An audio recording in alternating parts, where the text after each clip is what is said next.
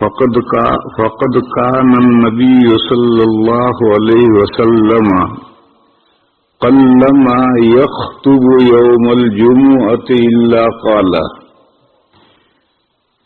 إن أحسن الكلام كلام الله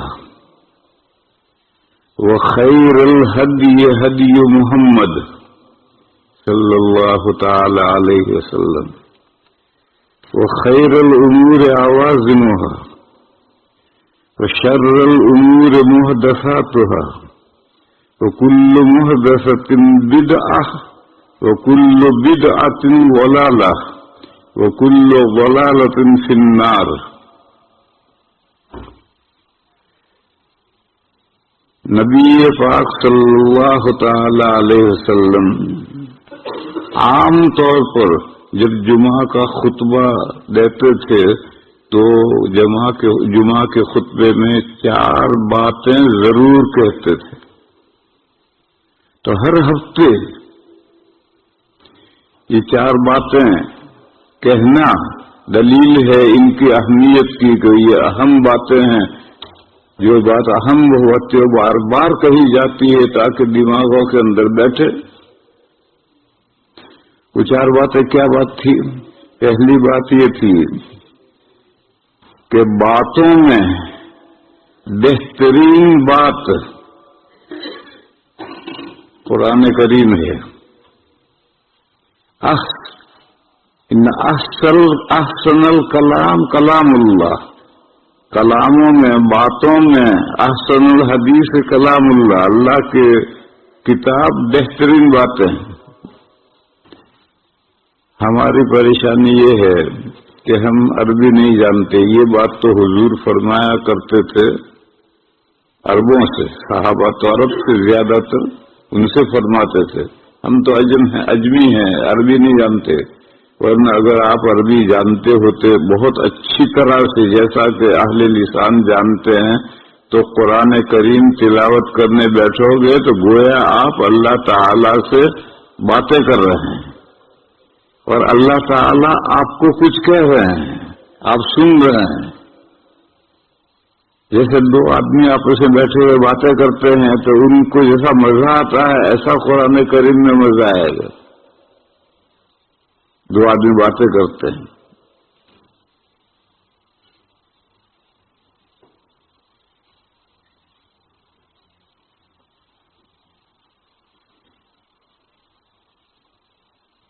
تو اگر کسی کو کسی کے ساتھ باتیں کرنی ہے تو قرآن شریف لے کر بیٹھو, اللہ کے ساتھ باتیں کرو. اس کی نظیر حدیث شریف میں ہے کہ جب بندہ نماز میں سجدہ کرتا ہے تو اللہ کے قدموں پر ماتھا رکھتا ہے. اب یہ تصور اگر ہمارے ذہنوں میں ہو تو اس سجدے میں کتنا مزہ آئے گا. لیکن اب ہمارے تصور میں یہ بات نہیں ہوتی ہے, فٹافٹ ہم رکھ کر کے ماتھا اٹھا لیتے ہیں. مگر حدیث میں یہ ہے کہ جب سجدہ کرتا ہے آدمی تو اللہ کے قدموں پر ماتھا رکھتا ہے. اسی طریقے پر قرآن شریف جب پڑھنے بیٹھتا ہے تو اللہ سے باتیں کرتا ہے.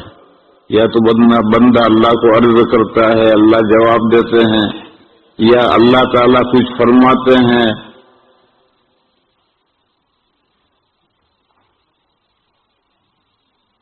بس پہلی بات تو یہ ہے کہ قرآن کریم پڑھنے میں دوسری تمام لغو و باتوں کی بنسبت زیادہ مزہ آنا چاہیے قرآن کریم پڑھنے میں.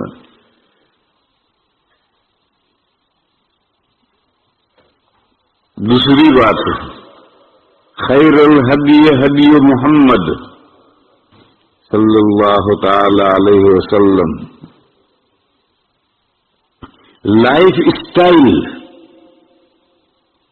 ہدی کے معنی یہ ہیں نبی پاک صلی اللہ تعالی علیہ وسلم کی جو سیرت تھی وہ سیرت پاک سب سے بہترین سیرت ہے. خیر الہدی ہدی محمد صلی اللہ علیہ وسلم. نبی پاک صلی اللہ علیہ وسلم کی جو سیرت تھی وہ سب سے بہترین سیرت ہے.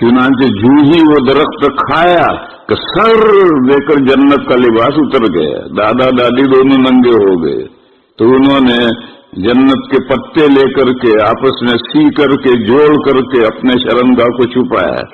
یہ مضمون ہے آیت میں، وہاں یہ مضمون ہے کہ شیطان کی دلچسپی اس سے ہے کہ وہ تمہیں ننگا دیکھنا چاہتا ہے۔ اب انسان کو اللہ نے کامن سینس دی ہے، تو وہ مادرزاد ننگا ہو کر سڑک پر تو نہیں گھومتا۔ اب تو ایسے بھی دور آ گئے ہیں کہ مادرزاد عورت سڑک پر ننگی گھومتی ہے، لیکن وہ کوئی ایک آدھ بے وقوف ہوتی ہے، وہ ایسے حرکت کرتی ہے۔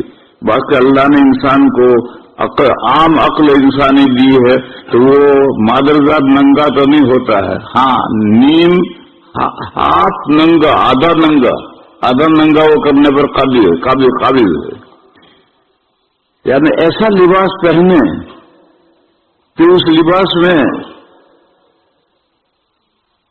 پہننا نہ پہننا برابر ہے،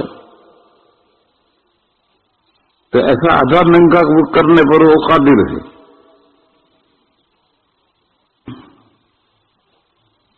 پھر آدھا ننگا کرے گا تو کیا کھلوائے گا؟ وہ اعضاء کھلوائے گا جو پور کشش ہیں، تاکہ دوسرے دیکھیں۔ عورتوں میں 3 اعضاء پور کشش ہیں: فیس، چہرہ، اس لیے کہ ساری بیوٹی چہرے میں اللہ نے جمع کر دی ہے۔ آنکھیں بھی یہی ہیں، یہی لڑتی ہیں، ناک بھی یہی ہے، دانت بھی یہی ہے، ہنستے ہیں، ہنسنا، کان بھی یہی ہے، ساری بیوٹی اللہ نے اس میں جمع کی ہے۔ تو ایک تو دلچسپی کشش عورت کے اندر، ایک تو چہرے میں کشش ہے، دوسرا عورت کا جو سینے کا ابھار ہے اس میں کشش ہے، اور تیسرا جو پیچھے کا ابھار ہے اس میں کشش ہے۔ تو چہرے میں کشش ہے، اس کو تو آپ سمجھتے ہیں، سینے کا ابھار ہے، اس کے لیے بھی مجھے دلیل بھی پیش کرنی، لیکن جو پیچھے کا ابھار ہے یہ پور کشش ہے، اس کی دلیل پیش کروں۔ حضرت معاویہ رضی اللہ تعالی عنہ نے 20 سال حکومت کی ہے، اور ایسے ملک پر حکومت کی ہے جس میں 80% اینٹی تھے، 20% ہی ان کے فیور میں تھے، لیکن 20 سال میں کوئی خلفشار نہیں ہونے دیا۔ اور وہ چاہتے تھے کہ میرے بعد بھی کوئی خلفشار نہ ہو، اس کے لیے انہوں نے یزید کے لیے بیعت لے لی۔ یہاں غلطی ہو گئی۔ وہ غلطی کیا ہوئی کہ یزید سے بہتر شخصیتیں مسلمانوں میں موجود تھی۔ حضرت حسین موجود تھے، عبداللہ ابن عمر موجود تھے، عبداللہ ابن زبیر موجود تھے، اور بڑے بڑے حضرات موجود تھے۔ تو میرے بعد خلفشار نہ ہو، اس لیے اگر بیعت لینی تھی تو حضرت حسین کی لیتے، حضرت ابن زبیر کی لیتے، عبداللہ ابن عباس کی لیتے، بیٹے کی لی۔ بس یہاں سے مسئلہ گڑبڑ ہو گیا۔ بہرحال مجھے کہنا یہ ہے کہ یزید کو جو انہوں نے بیعت اپنی زندگی میں لی تھی وہ اس لیے لی تھی کہ میرے بعد خلفشار نہ ہو، تلواریں نہ نکلیں۔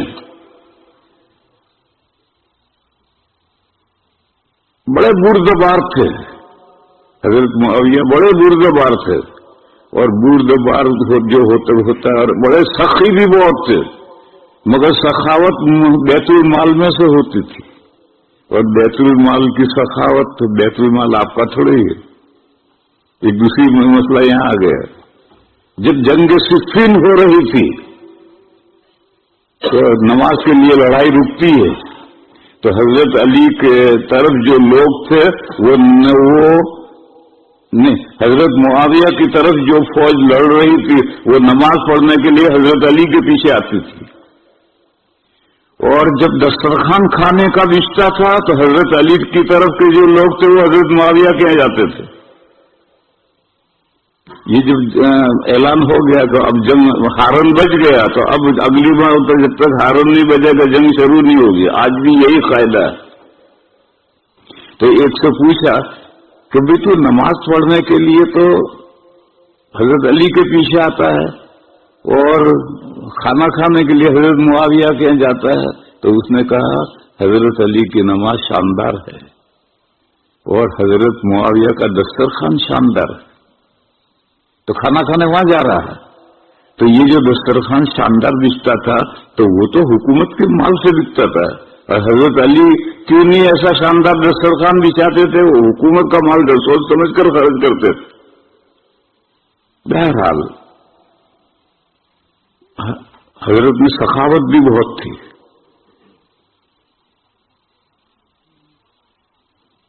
اور سخاوت کے علاوہ بزدبار بہت تھے، کڑوی سے کڑوی بات پی جاتے تھے۔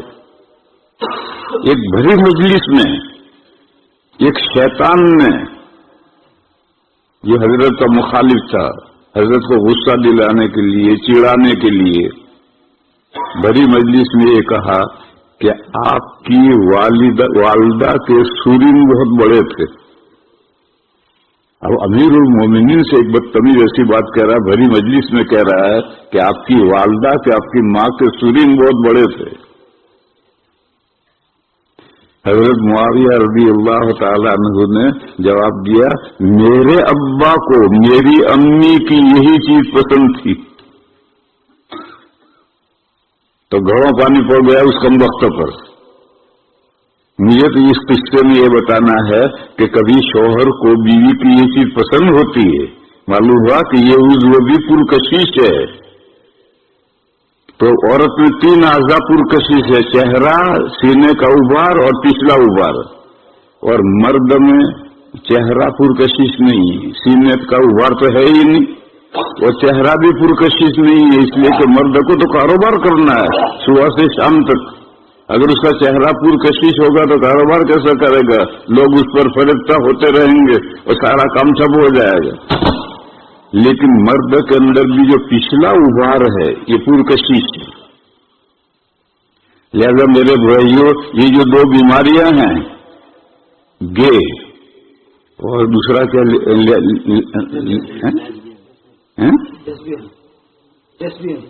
پتہ نہیں کیا کہہ رہا ہے، یہ جو مردوں میں بیماری ہے، عورتوں میں جو بیماری ہے، یہ دونوں بیماریاں اس سوسائٹی میں ضرور پیدا ہوں گی جن کے یہ 3 اعضاء کا ابھار، چہرے کا ابھار، سینے کا ابھار، تو وہ زنا پیدا ہوگا۔ چہرے کا ابھار اور سینے کا ابھار کھلا رہے گا، پردہ نہیں ہوگا، چہرے سینے کے ابھار کو چھپایا نہیں جائے گا تو وہ زنا پیدا ہوگا۔ اور پچھلا ابھار جہاں پیدا ہوگا وہاں عورتوں کے اندر چپٹی، اردو میں کہتے ہیں چپٹی، اور مردوں میں کہتے ہیں گے، اردو نہیں انگریزی گے، یہ بیماریاں لازماً پیدا ہوں گی۔ اور جب یہ بیماریاں بہت لوگوں میں پیدا ہوں گی تو پھر قانون کی روح سے اس کو جواز دینا پڑے گا، قانون بنانا پڑے گا کہ مرد سے شادی کر سکتا ہے، عورت سے شادی کر سکتی ہے۔ یہ فساد سارا آیا ہے یہ پتلون اور ٹی شرٹ سے، یہ ان غیروں کا لباس ہے۔ وہ ہم جہاں یہ جو بھی سوسائٹی یہ لباس اختیار کرے گی، عورتیں کریں تو ان میں وہ آئے گا چپٹی، مرد لڑکے کریں، جوان لڑکے کریں تو اس میں گے آئے گا۔ اور یہ بلا چلی ہے غیروں سے، اور وہ چلی ہوئی ہمارے نوجوانوں کے اندر آنے لگی ہے۔ کیوں آنے لگی ہے؟ وہ ان کا لباس اختیار کرتے ہیں۔ اس لیے میرے بھائیوں، جو اسلامی لباس ہے، تمہیں پٹلون پہنو، کوئی منع نہیں کرتا، لیکن اوپر کرتا پہنو گھٹنے تک، اور عورت گھر میں بھی رہے تو اپنے سینے کا ابھار چھپائے رہے۔ قرآن کریم میں مسئلہ ہے کہ اپنی چھاتی کے اوپر اوڑھنی ڈالے رہے، اور پیر کے اندر اگر کوئی بجنے والا زیور ہے تو پیر زمین پر زور سے نہ پٹکے۔ سورہ نور میں معاشرتی اصلاح معاشرہ کے سب احکام ہیں کہ عورت اپنے گھر میں، اور ایک پوری 12 کی لسٹ دی ہے کہ ان 12 کے سامنے عورت اپنی زیبائش ظاہر نہ کرے، اپنی زینت ظاہر نہ کرے، اپنے سینے پر اوڑھنی ڈالے رکھے، اپنے پیروں کے اندر زیور ہو تو اس کو بجنے نہ دے اپنے گھر میں، تاکہ معاشرے میں باپ بیٹی کے درمیان میں گناہ ہوتا ہے، بھائی بہن کے درمیان میں گناہ ہوتا ہے، چچا بھتیجے کے درمیان میں گناہ ہوتا ہے، یہ سوسائٹی میں گھروں میں صحیح طریقے پر نہ رہنے کے نتیجے میں ہوتا ہے۔ تو یہ جو 2 بیماریاں آج کل عام ہو رہی ہیں، مرد کی شادیاں ہو رہی ہیں، عورت کی شادیاں ہو رہی ہیں، یہ شادیاں ہو رہی ہیں عشق بازی کی بنیاد پر، مرد پر عاشق ہوا تب شادیاں ہوں گی، عورت پر عاشق ہوئی تب شادیاں ہوں گی، یہ سب عشق بازی آتی ہے اس لباس سے جو غیروں کا لباس ہے، جو اب ہمارے جوانوں کے اندر آ رہا ہے، اور ہم کوئی توجہ نہیں کرتے، ہم کہتے ہیں یہ بھی ایک لباس ہے، ارے یہ بھی لباس نہیں ہے۔ ہمارے بڑوں کے ذہن میں یہ کہ بیٹا ہے جس کو جو پسند لباس ہو پہنے، بیٹی ہے اس کو جو پسند ہو پہنے، یہ بھی ایک لباس ہے، ارے ایک لباس نہیں ہے تو شیطانوں کا لباس ہے۔ اس لیے میرے بھائیوں، خود بھی میں پتلون پہننے سے منع نہیں کر، شوق سے پہنو، مگر اوپر کرتا پہنو، ٹی شرٹ نہیں، اور کرتا بھی گھٹنے تک پہنو، اور خاص طور پہ جب مسجد میں آئے اور پتلون میں اور ٹی شرٹ میں جب آتا ہے تو وہ جب سجدے میں جائے تو پیچھے سے تماشا دیکھو کیسا تماشا ہوتا ہے، اور ہمارا احساس اتنا مر گیا ہے کہ ہمیں اس کو برائی نہیں معلوم ہوتا ہے، تو ایک لباس ہے۔ میرے بھائی یہ لباس تو ہے لیکن حضور کا لباس نہیں ہے، یہ غیروں کا لباس۔ ایک حدیث ہے، آپ کو یہ معلوم ہوگا کہ حضور کے زمانے میں مردوں کی صفیں ہوتی تھی، پھر اس کے بعد عورتوں کی صفیں ہوتی تھی، بیچ میں کوئی پردہ لٹکا نہیں ہوتا تھا، اور مردوں میں سے بہت سے مرد صرف لنگی ہے ان کے پاس، کرتے کی جگہ پر اوڑھنے کے لیے کچھ ہے ہی نہیں، صرف لنگی باندھے ہوئے ہیں، اتنا ہی کپڑا ان کے پاس ہے۔ حضور سے پوچھا گیا تھا کہ کیا ایک کپڑے میں نماز ہوتی ہے؟ تو حضور نے فرمایا اولکلکم ثوبان، کیا تم میں سے ہر ایک کے بعد 2 کپڑے ہیں؟ اس زمانے میں 2 کپڑے نہیں ہوتے تھے، بس لنگی باندھ رکھی بیچاروں نے صحابہ نے۔ تو حضور نے عورتوں کو یہ حکم دیا تھا کہ وہ سجدے سے سر اٹھانے میں ذرا دیر کریں، تاکہ مرد سجدے سے سر اٹھا کر بیٹھ جائے، پھر عورتیں سر اٹھائیں، کیونکہ اگر عورتیں پہلے سر اٹھائیں گے تو مردوں کا جو پچھلا ابھار ہے وہ نظر پڑے گا، تو معلوم ہوا کہ مردوں کا جو پچھلا ابھار ہے وہ عشق آفرین ہے، عشق پیدا کرتا ہے، اور عشق پیدا ہوگا تو پھر ہر برائی ہوگی۔ تو اس لیے میرے بھائیوں میں ایک مثال اس وقت دے رہا ہوں جو خاص طور پر توجہ کرنے کی ضرورت ہے۔ اگر اپنی سوسائٹی کو ان 2 گناہوں سے بچانا ہے تو اپنے نوجوانوں کا لباس پر کنٹرول کرو، اور اگر تم اپنے نوجوانوں کے لباس پر کنٹرول نہیں کر سکو گے تو یہ 2 بیماریاں ہماری قوم کے اندر آئیں گی، مسلمانوں میں آئیں گی۔ اللہ تعالی آج عجیب بے حسی ہے، نہ کوئی کہتا ہی نہیں، نہ علماء کہتے ہیں، نہ باپ کہتا ہے، نہ بڑا کہتا ہے، وہ کہ ایک لباس ہے۔ ارے بھائی لباس نہیں، یہ تو غیروں کا لباس ہے۔ دیکھو ہمارے یہاں ہندو دھوتی پہنتے ہیں، آپ دھوتی پہنیں گے؟ دیکھیں گے یہ لباس ہے لیکن ہندوؤں کا لباس ہے، وہ دھوتی پہنتے ہیں، مسلمان دھوتی نہیں پہنتا۔ تو اسی طرح سے یہ بھی لباس جو ہے غیروں کا ہے، ہم اس کو کیوں اختیار کرتے ہیں؟ اپنے اولاد پر کنٹرول کرو، جاب کی حد تک آپ کی مجبوری ہو تو مجبوری ہے، لیکن جاب سے جب آئے اب گھر میں یا مسجد میں کیا مجبوری ہے؟ لڑکوں میں اور لڑکیوں میں کیا مجبوری ہے؟ اسلامی لباس ایسا پہنو ڈھیلا ڈھالا لباس ہو جس سے بدن چھنے نہ، کرتا پہن رکھا ہے اور ساری پستانیں ابھری ہوئی نظر آ رہی ہیں، یہ اسلامی لباس نہیں ہے۔ ڈھیلا کرتا ڈھیلا ہو، ایسا ڈھیلا کہ سینے کا ابھار نظر نہ آئے۔ بہرحال میں نے ایک مثال دی، زیادہ وقت نہیں ہے۔ ایک تو باتیں کرنی ہے تو اللہ سے باتیں کرو، لائف اسٹائل اختیار کرنی ہے تو اسلامی اختیار کرو.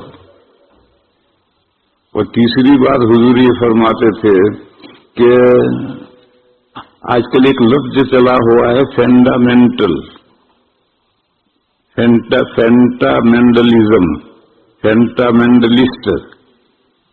اور یہ غیروں نے چلایا ہے. اسلامی اقدار ویلیوز کو دماغ میں خراب کرنے کے لیے فینڈامنٹل یعنی قدامت پسند. حضور فرمایا کرتے تھے خیر الامور عوازمھا، یہ جو پرانی باتیں ہیں یہ پکی باتیں ہیں، اور جتنی نئی باتیں ہوں گی ان میں خرابی ہوگی. تو خیر الامور عوازمھا، جس کو یہ فنڈامنٹل کر کے بدنام کرتے ہیں، مسلمانوں کی ویلیوز کو خراب کرتے ہیں ذہنوں کے اندر، حضور فرماتے تھے کہ یہ بہترین باتیں ہیں. پرانی باتیں پرانی نہیں ہیں، اولڈ از گولڈ، وہی سب سے پرانی باتیں ہیں. اور چوتھی بات حضور یہ فرمایا کرتے تھے کہ کل محدثۃ بدعہ، ہر نئی بات، ہر نئی چیز بدعت ہے، دین میں اضافہ ہے. کوئی بھی نئی چیز آپ دین میں نکالتے ہیں تو وہ دین میں اضافہ ہے، اور جو بھی دین میں اضافہ ہے وہ گمراہی ہے. کل بدعۃ ضلالہ، ہر بدعت گمراہی ہے، اور ہر گمراہی کو دوزخ میں جانا ہے، جنت میں گمراہی نہیں جائے گی.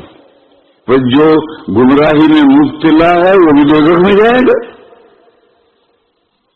یہ چار باتیں تقریباً ہر جمعے میں نبی پاک صلی اللہ علیہ وسلم خطبے میں یہ فرمایا کرتے تھے کہ ان احسن الحدیث کتاب اللہ، بہترین بات اللہ کی بات ہے. لہذا جس کو باتیں کرنے کا شوق ہے، اخبار پڑھنے کا شوق ہے، کتاب پڑھنے کا شوق ہے، اللہ سے باتیں کرو.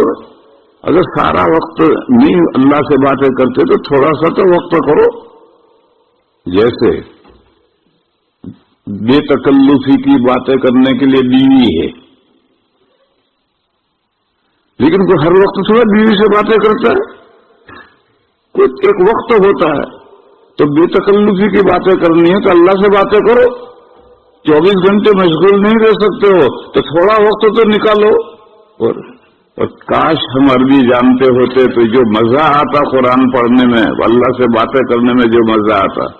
دوسری بات یہ فرمایا کرتے تھے کہ سیرت، لائف، طریقہ زندگی، لائف اسٹائل، کیسے رہنا سہنا ہے، وہ حضور کا جو طریقہ زندگی تھا سب سے بہترین تھا. ہر چیز حضور کی بہتر تھی.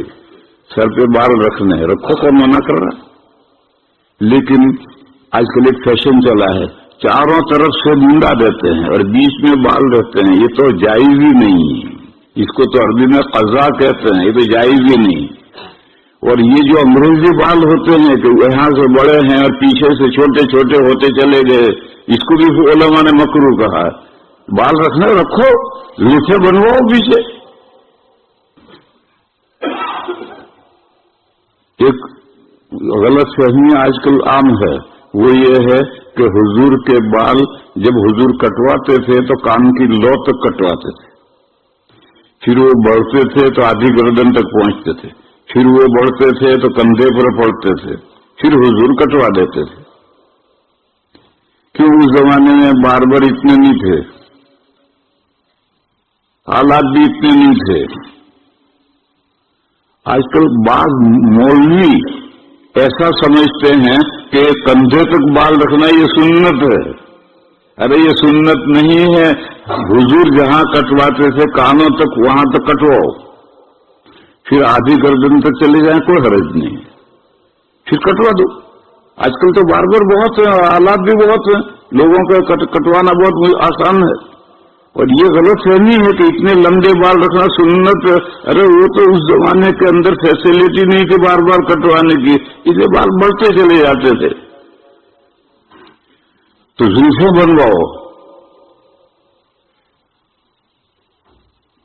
یہ جو زلفیں بنوائیں گے تو اب سر میں بال رکھنے کے 100 طریقے ہیں، ان میں سے شاندار طریقہ یہ ہے زلفیں بنواؤ. یہ جو زلفے نیچے لمبے، بلکہ بعض نوجوان تو عورتوں کی طرح سے لمبے بال رکھتے ہیں کوئی، اور مولویوں میں یہ غلط فہمی ہے کہ اتنے کندھے تک چلے جائیں ایسے سنت ہے۔ ارے وہ سنت نہیں ہے، وہ تو اس زمانے میں فیسلٹی نہیں تھی اس لیے، ورنہ جب کٹواتے تھے تو کانوں کی لو تک کٹواتے تھے، اسی کو زلفے بنانا کہتے ہیں۔ یہی حج میں یا تو سر منڈواؤ یا زلفے بنواؤ، اس کو قصر کہتے تھے۔ اور تیسری بات یہ کہتے تھے کہ پرانی باتوں سے مت گھبراؤ، پرانی باتیں ہی بہترین باتیں ہیں، اور جتنی نئی باتیں ہیں وہ آفت لاتی ہیں۔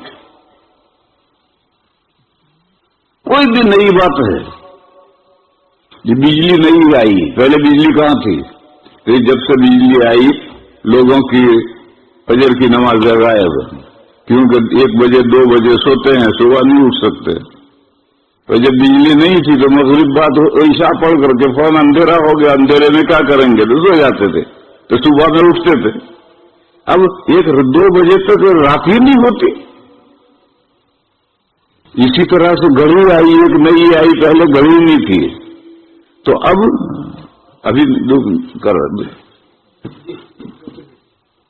ابھی 5 منٹ ہیں، ابھی 2 منٹ ہیں، یہاں تک کہ 1 رکعت ختم ہو جائے گی تب چلے گا گھر سے۔ یہ ہر نئی چیز میں یہ مصیبت ہے، اور پرانی باتوں میں کوئی خرابی نہیں ہے۔ تو تیسری بات یہ فرماتے تھے کہ خیر الامور عوازمھا، یہ جو پرانی باتیں ہیں، قدیم اولڈ باتیں ہیں، جس کو یہ فنڈامنٹلزم کہتے ہیں، یہی بہترین باتیں ہیں، اسے گھبراؤ مت، پرانی باتوں کو لو۔ اور تیسری بات یہ کہتے ہیں کہ دین جو اللہ کے رسول نے ہمیں سونپا ہے اس دین پر عمل کرو، اس دین میں کچھ نئی باتیں مت نکالو۔ دین میں اگر نئی بات نکالو گے تو بدعت ہے، اور بدعت گمراہی ہے، اور گمراہی دوزخ میں جائے گی۔